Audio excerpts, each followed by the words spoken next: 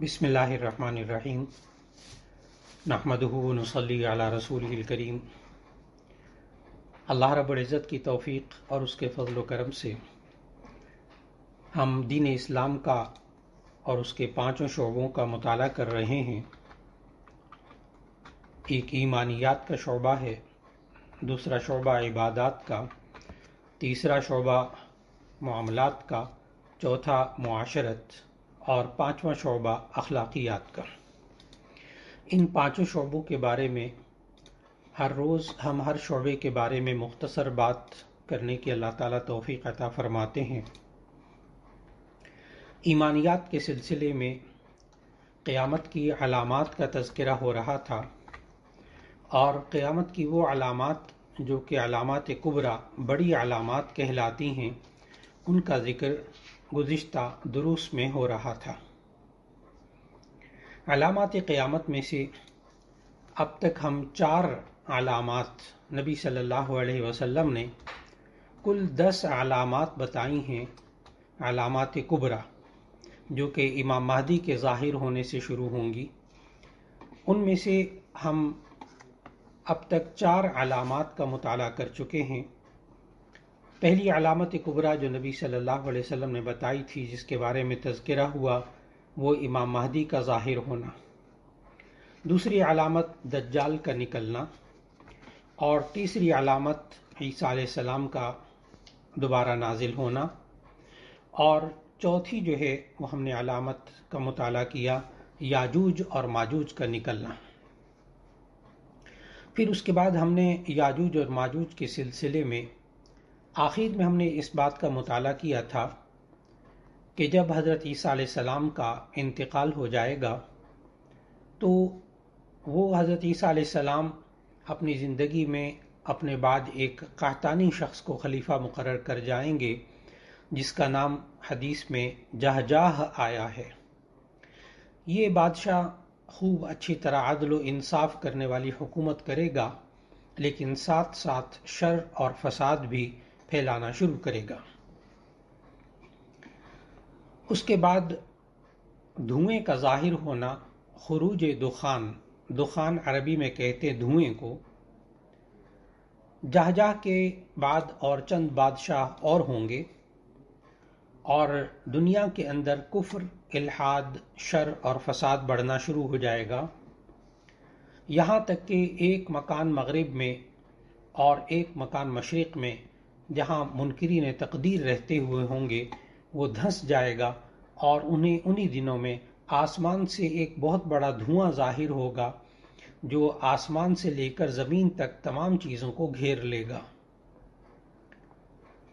اس دھوئیں کا تذکرہ اللہ تعالیٰ نے سورہ دخان کی آیت نمبر 10 میں فرمایا، فَارْتَقِبْ يَوْمَ تَأْتِي السَّمَاءُ بِدُخَانٍ مُّبِينٍ یغشی الناس ھذا عذاب علیم۔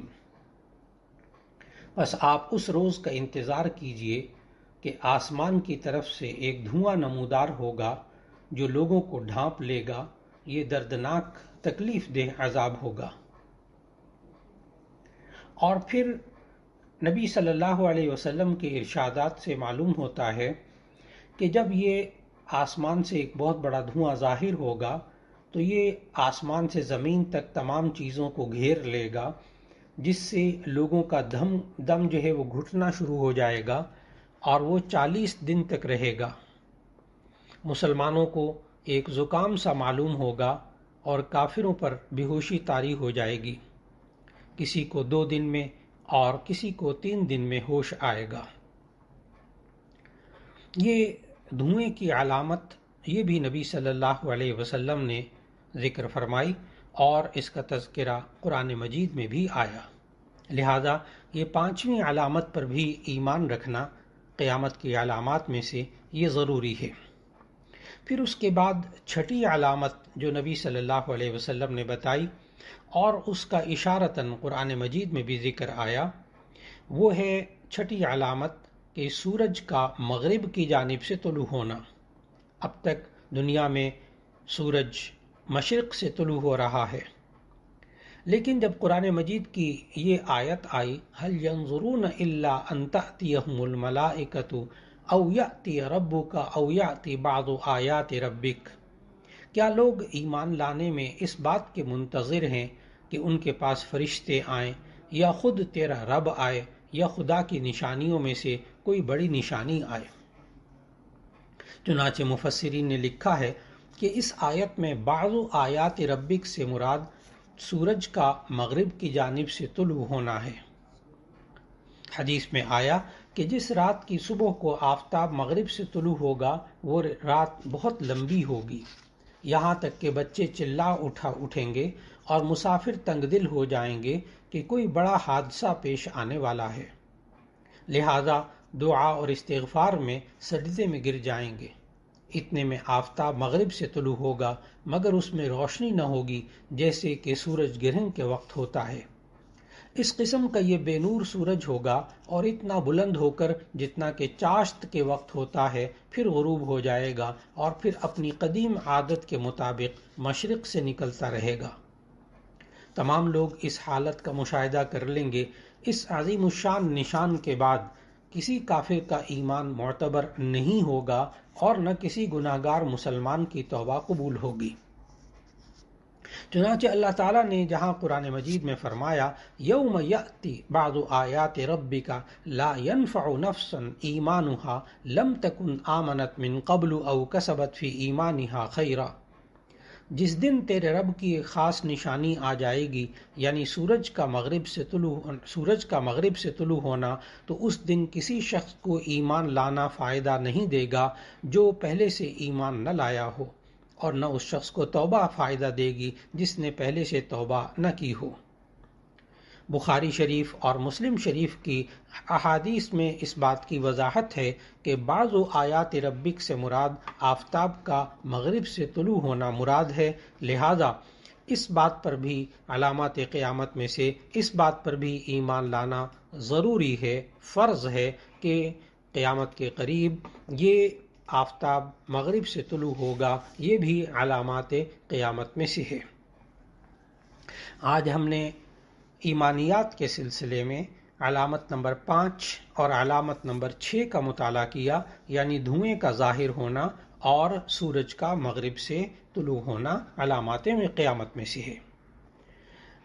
پھر اس کے بعد ہم دوسرا شعبہ جس کے بارے میں روزانہ بات کر رہے ہیں وہ ہے عبادات۔ عبادات کے سلسلے میں ہم رمضان کے بارے میں بات کر رہے تھے، اعتکاف کے بارے میں بات ہوئی، گزشتہ روز شب قدر کے بارے میں بات ہوئی۔ آج ہم عبادات کے سلسلے میں بات کریں گے عید الفطر کے بارے میں اور صدقہ فطر کے بارے میں۔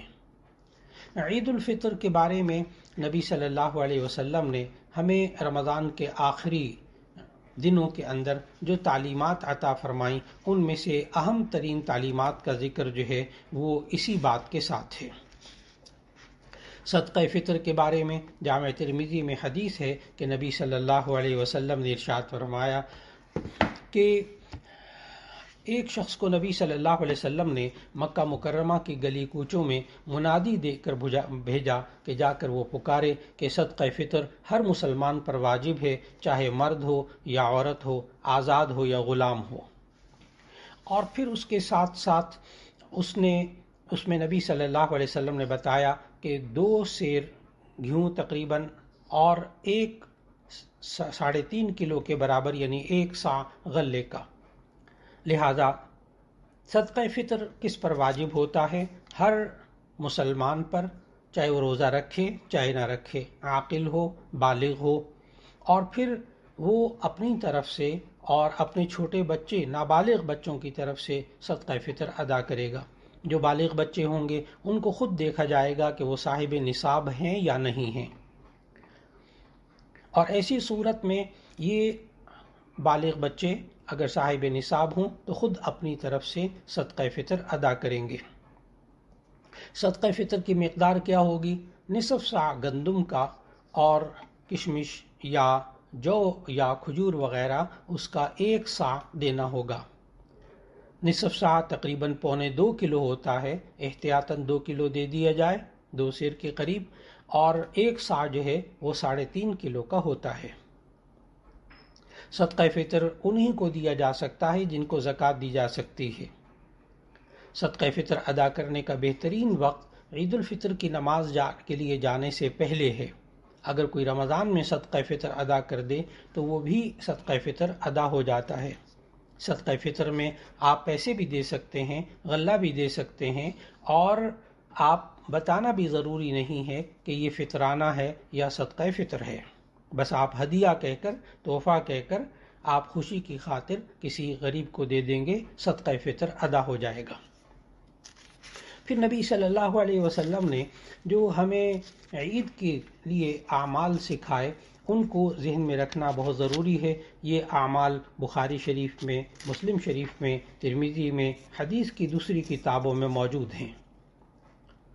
نبی صلی اللہ علیہ وسلم نے عید الفطر کے بارے میں جو احکامات ہمیں دیے ان میں سے اہم ترین بات یہ ہے کہ نبی صلی اللہ علیہ وسلم نے ایک تو یہ تلقین فرمائی کہ عید الفطر اور عید الاضحیٰ کے موقع پر غسل کرنا سنت ہے۔ دوسری سنت نبی صلی اللہ علیہ وسلم نے بتائی کہ عید کے دن عمدہ خوبصورت لباس پہننا یہ بھی سنت ہے۔ ضروری نہیں کہ نیا لباس ہو، ہاں اللہ تعالیٰ نے عطا کیا ہو تو پھر نیا لباس بھی پہنا جا سکتا ہے۔ تیسری سنت نبی صلی اللہ علیہ وسلم کی یہ تھی کہ عید الفطر کے لیے عیدگاہ جانے سے پہلے چند کھجوریں تناول فرما لیتے تھے، لہذا کوئی میٹھی چیز کھا لینا عید الفطر کے موقع پر یہ سنت ہے۔ پھر عید الاضحیٰ کے موقع پر نبی صلی اللہ علیہ وسلم نماز سے پہلے کچھ نہ کھاتے تھے، البتہ نماز کے لیے جب عید الاضحیٰ کی نماز پڑھ کر واپس آ جاتے تھے تو قربانی کے گوشت میں سے تناول فرماتے تھے۔ پانچویں سنت نبی صلی اللہ علیہ وسلم کی یہ تھی کہ جب وہ عید کی نماز ادا کرتے تھے تو عیدگاہ میں، کھلے میدان میں عید کی نماز ادا فرماتے تھے۔ چھٹی سنت یہ ہے کہ عید کی دن میں، عید الاضحیٰ اور عید الفطر میں تشریق کہنا، تکبیرات کہنا یہ بھی سنت ہے۔ عید الفطر کے لیے جاتے ہوئے آہستہ آواز سے تکبیر کہنا سنت ہے، اور عید الاضحیٰ کی نماز کے لیے جاتے ہوئے اونچی آواز سے تکبیر کہنا سنت ہے۔ اللہ اکبر، اللہ اکبر، لا الہ الا اللہ واللہ اکبر، اللہ اکبر وللہ الحمد۔ ساتویں سنت نبی صلی اللہ علیہ وسلم کی یہ تھی کہ آپ عیدگاہ تک پیدل تشریف لے جاتے تھے، اور آٹھویں سنت یہ تھی کہ نبی صلی اللہ علیہ وسلم عید الفطر کی نماز میں تاخیر فرماتے تھے اور عید الاضحیٰ کی نماز کو جلدی پڑھتے تھے۔ نویں سنت نبی صلی اللہ علیہ وسلم کی منقول ہے کہ نبی صلی اللہ علیہ وسلم جب عیدگاہ میں پہنچ جاتے تو ایسی صورت کے اندر نہ وہاں نہ اذان کہتے، نہ اقامت، اور نہ نوافل وغیرہ ادا کرتے۔ اسی طرح نبی صلی اللہ علیہ وسلم کی 10ویں سنت یہ تھی کہ نبی صلی اللہ علیہ وسلم عیدین کی نماز میں 3 تکبیرات پہلی رکعت میں اور 3 تکبیرات دوسری رکعت میں کہتے تھے۔ نبی صلی اللہ علیہ وسلم نے جس 11ویں سنت یہ بتائی کہ جس راستے سے عیدگاہ تشریف لاتے تھے واپسی میں راستہ بدل لیتے تھے، اور 13ویں سنت نبی صلی اللہ علیہ وسلم نے یہ بتائی کہ نبی صلی اللہ علیہ وسلم عیدگاہ جانے سے پہلے بھی کوئی نفل نماز نہیں پڑھتے تھے اور نہ بعد میں پڑھتے تھے۔ عیدین کی نماز کا جو طریقہ ہے وہ بھی بہت آسان ہے، وہ ذہن میں رکھ لینا چاہیے۔ اللہ تعالیٰ انشاءاللہ العزیز اسے آسان کر دے گا۔ بس صرف یہ ذہن میں رکھنا چاہیے آسان ترین طریقہ کہ بالکل اسی طرح عید کی نماز، عید الفطر کی اور عید الاضحیٰ کی اس طرح نماز ہوتی ہے جیسے ہم جمعے کی نماز 2 رکعت پڑھتے ہیں۔ فرق صرف اتنا ہے کہ عید کی نماز میں جو پہلی رکعت ہوتی ہے اس میں سبحانک اللہم پڑھنے کے بعد اور سورہ فاتحہ پڑھنے سے پہلے 3 دفعہ اللہ اکبر کہہ کر کانوں تک ہاتھ اٹھانا ہے، پھر ہاتھوں کو چھوڑ دینا ہے۔ اور نماز عید کی دوسری رکعت کے اندر پہلے امام صاحب جو ہیں سورہ فاتحہ پڑھیں گے، پھر اس کے بعد سورت پڑھیں گے، اور پھر اس کے بعد رکوع میں جانے سے پہلے 3 تکبیرات کہہ کر کانوں تک ہاتھ اٹھانا ہے اور ہاتھوں کو چھوڑ دینا ہے، اور چوتھی تکبیر کہہ کر رکوع میں چلے جانا ہے۔ باقی نماز بالکل عام سورہ جمعے کی نماز کی طرح ہے۔ پہلی رکعت میں سورہ فاتحہ سے پہلے 3 تکبیریں اور دوسری رکعت میں رکوع میں جانے سے پہلے 3 تکبیریں. اور پھر اسی طرح عید کی نماز کے بعد خطبہ جو ہے وہ بھی سنت ہے کہ عید الفطر کے نماز کے بعد آپ بیٹھے رہیے اور خطبہ سننا جو ہے وہ واجب ہے. عیدین کی نماز کا تعلق اور اسی طرح صدقہ فطر کا ذکر آج عبادات کی صورت میں عبادات کے شعبے میں کیا گیا. اس کے بعد آج ہم تیسرا شعبہ دین اسلام کا معاملات کے ضمن میں ہم نے مختلف جو ہے چیزوں کا مطالعہ کیا کہ ہمیں اپنی زندگی کے اندر رہتے ہوئے کن معاملات کے بارے میں خیال کرنا چاہیے اور فکر کرنی چاہیے. چنانچہ ہمیں دین اسلام کا مطالعہ کرنے کے بعد یہ معلوم ہوتا ہے کہ ہمیں اپنی زندگی کے اندر وقت گزارتے ہوئے جب ہم دوسروں کو امر بالمعروف نہی عن المنکر کریں تو ایسی صورت میں ہمارے معاملات کیسے ہونے چاہیے اور ہمیں کن باتوں کا خیال رکھنا چاہیے. ان باتوں کا تذکرہ کرتے ہوئے آج وقت کا بہت بڑا تقاضا ہے کہ خود اللہ تعالیٰ نے قرآن مجید میں ہمیں سمجھایا ادع الی سبیل ربک بالحکمت والموعظۃ الحسنہ کہ جب تم دوسروں کو نصیحت کرو، امر بالمعروف کرو، نہی عن المنکر کرو، تو ایسی صورت کے اندر تم بڑے اچھی نصیحت کے ساتھ اور اچھے طریقے کے ساتھ اور اچھے رویے کے ساتھ لوگوں کو بات سمجھاؤ. آج وقت کا بہت بڑا تقاضا ہے کہ انسان دوسروں تک دین پہنچاتے ہوئے اپنے معاملات کو درست رکھے. چنانچہ نبی صلی اللہ علیہ وسلم نے انہی اصولوں کو جو اللہ تعالیٰ نے سورہ نحل کی آیت نمبر 125 میں بتایا کہ ادع الی سبیل ربک بالحکمت والموعظۃ الحسنہ کہ بڑی حکمت کے ساتھ، بڑی اچھی نصیحت کے ساتھ اور وجادلہم باللتی ہی احسن اگر کوئی بحث بھی کرے تو ایسی صورت میں عمدہ طریقے سے اس کا دلائل سے جواب دیا جائے. ان باتوں میں خیالات رکھتے ہوئے ہمیں سب سے پہلے حکمت و تدبر اللہ تعالیٰ نے سکھایا کہ دین کی جب دعوت دی جائے تو اس معاملے میں ہمیں سب سے پہلا اصول یہ ہے کہ حکمت، مناسب ماحول دیکھ کر دین کی بات ایسے انداز میں کہنا کہ مخاطب کے لیے قبول کرنا آسان ہو جائے اور پھر اسے اس انداز میں پیش کرنا کہ دوسرا قائل ہو جائے. دوسری نصیحت اللہ تعالیٰ نے ہمیں بتائی کہ موعظت یعنی عمدہ نصیحت، موعظہ حسنہ کہ اچھے طریقے سے، اچھی نصیحت کے ساتھ، اچھے جملوں کے ساتھ، اچھے رویوں کے ساتھ لوگوں تک بات کو پہنچانا. تیسرا اصول ہمیں اسی آیت سے یہ معلوم ہوا کہ اگر بالفرض آگے سے کوئی بحث کرنے لگے تو غصہ نہ کیا جائے بلکہ اس کو اچھے اور سلجھے ہوئے طریقے سے مخاطب کو دلائل پیش کر دیے جائیں. منوانے کی پوزیشن میں نہ آیا جائے. منوانا ہمارا کام نہیں، ہمارا کام دوسروں تک بات کو پہنچا دینا ہے. اسی طرح چوتھا ادب معاملہ ہونا چاہیے، نرمی کا اور مہربانی کا معاملہ ہونا چاہیے. پانچواں معاملہ دوسرے تک دین پہنچانے کے اندر اس بات کا خیال کرنا چاہیے کہ دین کو آسان کر کے پیش کرنا چاہیے. اور نمبر 6 جو نبی صلی اللہ علیہ وسلم نے فرمایا کہ بشروا ولا تنفروا کہ لوگوں کو خوشخبری سناؤ لیکن نفرت نہ دلاؤ. ہمارا معاملہ لوگوں تک دین پہنچاتے وقت بالکل ایسا ہی ہونا چاہیے. اور اسی طرح ساتویں خوبی یہ ہونی چاہیے کہ تالیف قلب، لوگوں کے دلوں کو جوڑنا. جب دین کی دعوت دی جائے، دین امر بالمعروف نہی عن المنکر کیا جائے تو ایسی صورت میں لوگوں کے دلوں کو جوڑنے کی کوشش کی جائے، توڑ کی کوشش نہ کی جائے.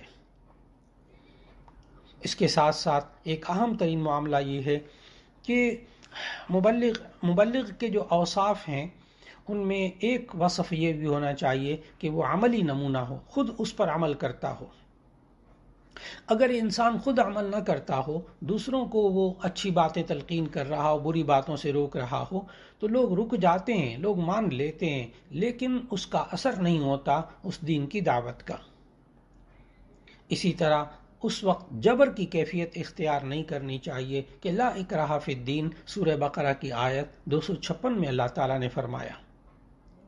اور اسی طرح دوسرے مسلمان کا اکرام کرتے ہوئے اور اس کے ساتھ تحقیر اور تذلیل اور نفرت کا معاملہ نہیں ہونا چاہیے، ورنہ ہم کبھی بھی دوسرے کو نیکی کی تلقین اور برائی سے روکنے کی ہم کبھی بھی کوشش کامیاب ہماری نہیں ہو سکے گی جب تک کہ دوسرے کا احترام نہ کیا جائے۔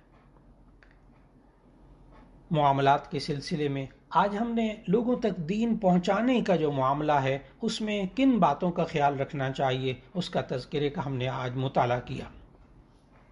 پھر اسی طرح دین اسلام کے اندر اللہ تعالیٰ نے ہمیں معاشرت بھی سکھائی، معاشرت رہنا سہنا۔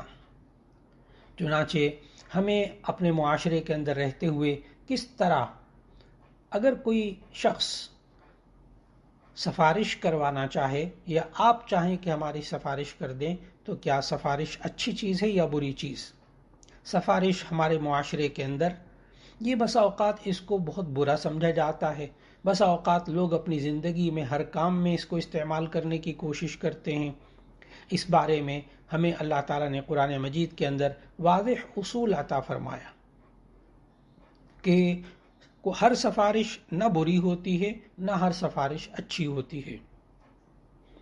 اللہ تعالیٰ نے قرآن مجید میں فرمایا من یشفع شفاعتا حسنتا یکن لہ نصیب منہا ومن یشفع شفاعتا سیئتا یکن لہ کفل منہا۔ جو شخص اچھی سفارش کرتا ہے، نیک کام کی سفارش کرتا ہے تو اللہ تعالیٰ اس کا ثواب بھی عطا فرماتے ہیں، اور جو انسان برے کام کی سفارش کرتا ہے تو ایسی صورت میں اس کا بوجھ، اس کا گناہ بھی اس شخص پر ہوتا ہے۔ معلوم ہوا سفارش ہمیشہ بری نہیں ہوتی۔ اچھی سفارش کیا ہوتی ہے؟ اس کے آداب نبی صلی اللہ علیہ وسلم نے سکھائے کہ اگر یہ انسان سب سے پہلے یہ دیکھے کہ جس بات کی، جس کام کی سفارش کر رہا ہے وہ کام اچھا ہونا چاہیے۔ اگر وہ کام اللہ اور اس کے رسول صلی اللہ علیہ وسلم کے حکم کے خلاف ہو تو ایسی صورت میں وہ سفارش بری ہوگی۔ اسی طرح سفارش کرتے ہوئے یہ خیال رکھنا چاہیے کہ اس سے کسی کا حق نہ مارا جائے، حقدار کو حق مل جائے، اس کے لیے سفارش کرنا ثواب کا کام ہے۔ خود نبی صلی اللہ علیہ وسلم صحابہ کرام رضوان اللہ علیہم اجمعین کو فرمایا کرتے تھے اشفعوا فلتوجروا، تم سفارش کیا کرو، اس پر اجر ملتا ہے۔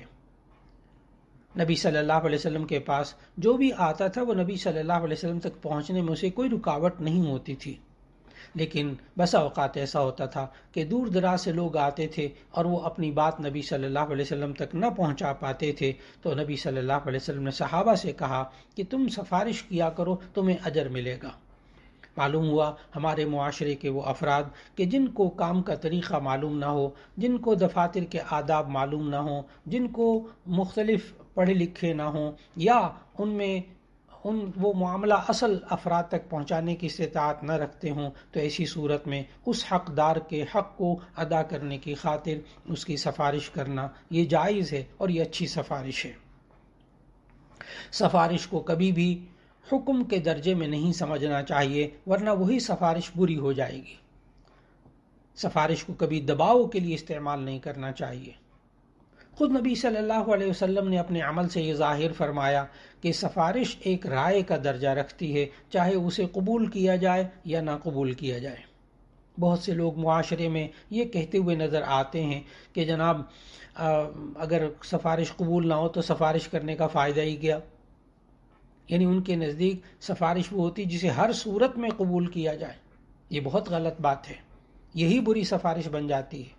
سفارش میں دباؤ نہیں ہونا چاہیے، بلکہ جو کوئی بندہ کسی کی سفارش کرے، اچھے کام کے اچھے طریقے سے سفارش کرے، پھر نہ قبول ہو کسی وجہ سے، تو ایسی صورت میں اس بندے کو ثواب ہر صورت میں مل جاتا ہے۔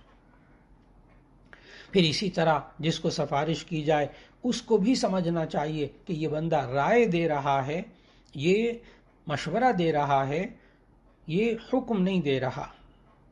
آج ہمارے معاشرے میں سفارش اسی لیے بری چیز بن گئی کہ ایک تو اس سے دوسرے انسانوں کا حق مارا جاتا ہے جو کہ حقدار ہوتے ہیں، اور دوسرا یہ ہوتا ہے کہ ہم سفارش کرتے ہی اس وقت ہیں جب کہ ہم سمجھتے ہیں کہ یہ ہمارے دباؤ کو استعمال کرنے کو یقیناً قبول کرے گا اور مجبور ہو جائے گا۔ نبی صلی اللہ علیہ وسلم نے اسی طرح ہمیں سفارش کے آداب میں سے یہ ادب بھی سکھایا کہ اگر کوئی انسان سفارش کرے، اس کا دوسرے انسان کا کام ہو جائے، تو پھر اس انسان کو ہدیہ اور تحفہ قبول نہیں کرنا چاہیے۔ نبی صلی اللہ علیہ وسلم نے فرمایا، من یشفع لأحد، جو کوئی کسی شخص کی سفارش کرے، فیہدی لہ، پھر اس کو ہدیہ دیا جائے، تو نبی صلی اللہ علیہ وسلم نے فرمایا، فقد اتی بابا عظیما من ابواب الربا، تو وہ سود کے حرام مال کے دروازوں میں سے ایک بڑے دروازے پر آیا۔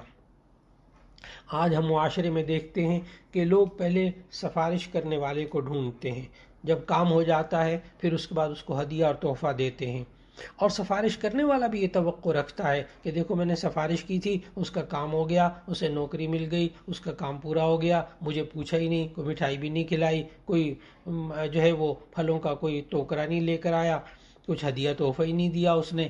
تو یہ نبی صلی اللہ علیہ وسلم نے اس بات کی بھی جڑ کاٹی اور فرمایا کہ اگر کوئی شخص سفارش کرے تو ایسی صورت میں اس کو اللہ پر اجر و ثواب پر نظر رکھنی چاہیے، اور اس کو اگر ہدیہ تحفہ دیا جائے تو وہ گویا کہ سود کے دروازوں میں سے ایک دروازے پر آیا، یعنی وہ حرام اور ناجائز ہے اس کے لیے۔ اور اگر انسان کو پتا ہو کہ میں سفارش کروں گا اور اس کے بدلے میں مجھے کچھ نہیں ملے گا، البتہ اس کا کام ہو جائے گا، اللہ ثواب دے گا، تو یہی اچھی سفارش بن جاتی ہے۔ معاشرت کے سلسلے میں آج ہم نے اپنے معاشرے کے اندر ہونے والے ایک کام سفارش کے بارے میں مطالعہ کیا۔ اب دین اسلام کا 5واں شعبہ جس کے بارے میں بات کرنا مقصود ہے وہ ہے بدگمانی، بدگمانی کی عادت کو چھوڑنا۔ اخلاق یہ پختہ عادات کو کہتے ہیں، اور یہ جو بدگمانی ہے یہ ہم اس عادت سے کیسے جان چھڑائیں اور ایک خوش گمانی، اچھا خیال رکھنا، مثبت ذہن رکھنا، یہ ہم کیسے بنائیں۔ اللہ تعالیٰ نے قرآن مجید میں سورہ حجرات میں فرمایا، یا ایھا الذین آمنوا اجتنبوا کثیرا من الظن ان بعض الظن اثم۔ اے ایمان والو، تم زیادہ گمان کرنے سے بچا کرو کیونکہ بعض گمان گناہ ہوتے ہیں۔ حضرت سفیان رحمہ اللہ نے اس آیت کی تفسیر کرتے ہوئے سمجھایا کہ کون سے گمان گناہ ہوتے ہیں۔ فرمایا، جب تک ایک گمان، ایک خیال ذہن میں رہتا ہے، چاہے وہ کتنا ہی برا کیوں نہ ہو، اس پر گناہ نہیں ہوتا، لیکن جب وہ انسان اپنے اس گمان کو، اس خیال کو زبان پر لاتا ہے یا اپنے عمل سے ظاہر کرتا ہے تو ایسی صورت میں وہ گناہ بن جاتا ہے۔ جب تک انسان کے ذہن میں کوئی خیال خود بخود آ جائے، اس پر کوئی پکڑ نہیں ہے، اس پر پریشان نہیں ہونا چاہیے۔ برے خیالات، دوسرے کے بارے میں بدگمانیاں اگر آ جائیں خود بخود تو ایسی صورت میں اس پہ یقین رکھنا چاہیے کہ اس پر کوئی پکڑ نہیں ہوتی۔ بعض لوگ بہت زیادہ اس بارے میں حساس ہوتے ہیں اور وہ کہتے ہیں پتہ نہیں ہماری نمازیں بھی قبول ہوتی ہیں کہ نہیں، ہم جب نماز پڑھنے لگتے ہیں تو ہمیں برے خیالات آنے شروع ہو جاتے ہیں، دوسروں کے بارے میں بدگمانیاں شروع ہو جاتی ہیں۔ تو ایسی صورت میں سمجھنا چاہیے کہ کوئی برا خیال خود بخود ذہن میں آ جائے تو اللہ تعالیٰ نے ہمیں قرآن مجید میں سورہ بقرہ کے آخری رکوع میں سمجھایا، لا یکلف اللہ نفسا الا وسعها، اللہ تعالیٰ بندے کو اس کی طاقت کے مطابق پابند بناتا ہے احکامات کا۔ خود بخود خیال آ جائے، انسان اس کو روک لے، یہ انسان کے بس میں نہیں ہے۔ لہذا انسان کے بس میں کیا ہے اس کو سمجھنا بہت ضروری ہے تاکہ برے خیالات سے جان چھوٹ جائے۔ اصل میں جب بھی انسان کے ذہن میں برا خیال آئے تو ایک تو یہ ذہن میں رکھنا چاہیے کہ اس پر پکڑ نہیں ہوتی، اس پر گناہ نہیں ہوتا۔ حتیٰ کہ نماز کے اندر برے سے برا خیال بھی آ جائے تو نماز کے ثواب میں بھی کمی نہیں ہوتی، تو پھر پریشان ہونے کی کیا ضرورت ہے۔ اس لیے ایک تو یہ ذہن میں رکھ لیا جائے کہ خود بخود خیالات آئیں برے تو ان میں گناہ نہیں ہوتا، پکڑ نہیں ہوگی۔ نمبر 2 بات ذہن میں یہ رکھنی چاہیے کہ برے خیالات کو کبھی بھی براہ راست نکالنے کی کوشش نہیں کرنی چاہیے، اس لیے کہ کسی کے بندے کے ذہن میں برا خیال آ جائے، وہ کوشش کر نکل جا 2 گھنٹے بعد 3 گھنٹے بعد آپ اسے پوچھیں تم کیا کر رہے ہو، وہ برا خیال نکال رہا ہوں، وہ تو اور زیادہ جم گیا۔ اس لیے برے خیال کو براہ راست نہیں نکالنا چاہیے۔ پھر کیا کرنا چاہیے، اس کے لیے ایک بات سمجھنی چاہیے، کہ اللہ تعالیٰ نے انسان کو ایسا اختیار دیا ہے کہ یہ کوئی اچھی بات سوچنا چاہے، اچھا خیال ذہن میں لانا چاہے تو لا سکتا ہے۔ اس لیے یہ ذہن میں رکھنا چاہیے کہ اللہ تعالیٰ نے انسان کے دماغ کو ایک ایسا برتن بنایا ہے کہ ایک وقت میں اس میں ایک خیال رہ سکتا ہے۔ اب آپ معاشرے میں رہتے ہوئے اپنی اس عادت کو اگر بدلنا چاہیں تو اس کے لیے طریقہ کار کیا ہے؟ جب برا خیال آئے خود بخود آپ اس کو نکالنے کی کوشش نہ کیجیے، آپ اچھا خیال، کوئی اور اچھا خیال اپنے ذہن میں لے آئیے، برا خیال خود بخود نکل جائے گا۔ یہ تجربہ کرنے کی ضرورت ہے۔ اللہ تعالیٰ نے انسان کے جسمانی نظام کو، ذہنی نظام کو بنایا ہی ایسا ہے۔ اس لیے بدگمانی سے اور اس کی عادت سے بچنا چاہیے، اور اگر کوئی برا خیال آ جائے، کسی کے بارے میں بدگمانی ہو جائے، تو ایسی صورت میں نہ زبان سے نکالیں، نہ اپنے عمل سے ظاہر کریں۔ اسی طرح بہت سے لوگ آج کل موبائل کے ذریعے، واٹس ایپ کے ذریعے، ٹویٹر کے ذریعے اور دوسرے طریقوں سے میسج کے ذریعے وہ اپنے ذہن میں آنے والے خیالات کو دوسروں تک منتقل کرتے ہیں، بغیر دلیل کے، بغیر تحقیق کے۔ اس پر گناہ ہوتا ہے، کیونکہ یہ بٹن دبانا یا نہ دبانا، انگلی پھیرنا نہ پھیرنا، دوسرے تک بھیجنا نہ بھیجنا، یہ آپ کے اختیار میں ہے۔ یہی حضرت سفیان نے بتایا نا کہ ان بعض الظن اسم، بعض گمان گناہ ہوتے ہیں۔ کون سے گمان گناہ ہوتے ہیں؟ کہ جس میں انسان خود اپنی زبان اور اپنے عمل سے اس کا اظہار کرتا ہے، کیونکہ یہ تو انسان کے اختیار میں ہے نا کہ وہ کرے یا نہ کرے، دوسرے تک زبان کھولے یا نہ کھولے۔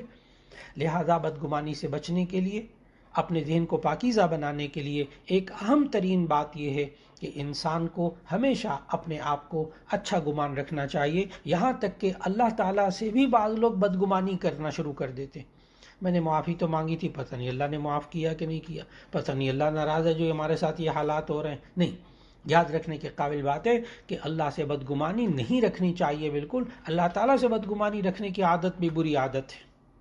لوگوں کے بارے میں بھی بدگمانی نہیں رکھنی چاہیے، اپنے ذہن کو مثبت بنانے کی کوشش کرنی چاہیے، اور اسی طرح اللہ کے بارے میں بھی انسان کو بدگمانی نہیں رکھنی چاہیے۔ ہاں، اگر گناہ ہو رہے ہیں تو توبہ اور استغفار کر لیجئے، لیکن جب معافی مانگ لیں تو اللہ سے یہ حسن ظن رکھیں کہ اللہ نے معاف کر دیا۔ اللہ رب العزت ہمیں دین اسلام کے ان تمام احکامات پر عمل کرنے کی توفیق